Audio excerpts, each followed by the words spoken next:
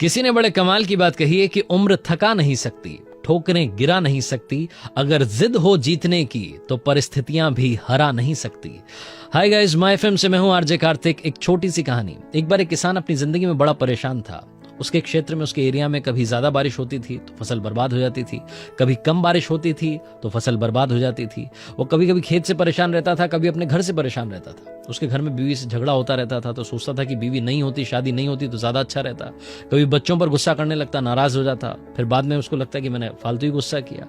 बड़ा चिड़चिड़ा से रहने लगा था, गुस्सा करने लगा था, परेशान रहने लगा था।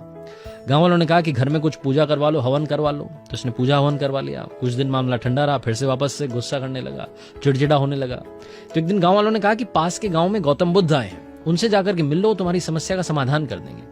तो इस किसान को लगा कि गांव वाले कह रहे हैं, इतने समझदार लोग हैं, इनकी बात मान करके पहले हवन करवाया था तो चला जाता हूं। तो अपने गांव से अगले दिन चला गया। गौतम बुद्ध के पास जाकर के उन्हें प्रणाम किया और बोला कि महाराज, बड़ी दूर से आया हूं, आप मेरी समस्या का समाधान कर दीजिए। गौतम बुद्ध ने पूछा कि आपकी समस्या क्या है। तो किसान के पास में तो लंबी सी लिस्ट थी। उसने चालू कर दिया बोलना। उसने बोला कि मेरे यहाँ पर फसल बर्बाद हो जाती है, ये हो जाता है, वो हो जाता है, खाने पीने की कई बार दिक्कत हो जाती है, घर परिवार में दिक्कत होती है, बीवी से झगड़ा होता है, मुझे लगता है कि बीवी नहीं होती तो अच्छा होता, शादी नहीं होती तो अच्छा होता, बच्चों पर गुस्सा करता हूँ, चिड़चिड़ा रहता हूँ, गुस्सा करता हूँ। बोलता चला गया। गौतम बुद्ध शांत रहे। जब किसान ने सारी बात बोल दी तो उसे लगा कि अब शायद गौतम बुद्ध कुछ बताएंगे, लेकिन गौतम बुद्ध कुछ नहीं बोले। तो किसान ने फिर फाइनली पूछ लिया कि महाराज, मैं इतनी दूर से आया हूं, अपनी समस्या बता रहा हूं, आप मुझे समाधान दीजिए। तो गौतम बुद्ध ने कहा कि मैं आपकी मदद नहीं कर सकता।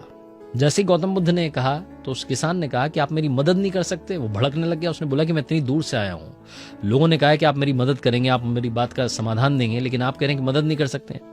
तो गौतम बुद्ध ने उसको समझाया कि देखो, इस जिंदगी में, ये जो जीवन का चक्र है, इसमें 83 समस्याएं हर किसी की जिंदगी में आती हैं। तुम्हारी जिंदगी में भी आई है और हर किसी की जिंदगी में आएगी। इसको हम आने से रोक नहीं सकते। तो उस किसान ने कहा कि क्या फालतू की आप मुझे बात बता रहे हैं, आपसे अच्छे तो पुराने वाले महात्मा थे, पुराने वाले बाबा जी ने हवन करवा दिया, पूजा करवा दी। तो गौतम बुद्ध ने पूछा कि उससे क्या आपकी जो समस्याएं खत्म हो गई।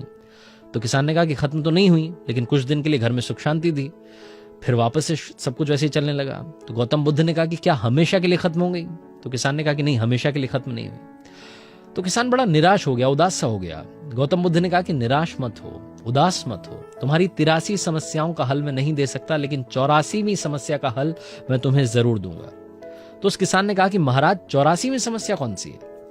तो गौतम बुद्ध ने कहा कि 84वीं समस्या ये समस्या है, तुम्हें ये लगता है कि समस्या नहीं आएगी। जिस दिन तुम ये सोचना बंद कर दोगे कि समस्या नहीं आएगी, उस दिन से समस्याएं कम होने लग जाएंगी।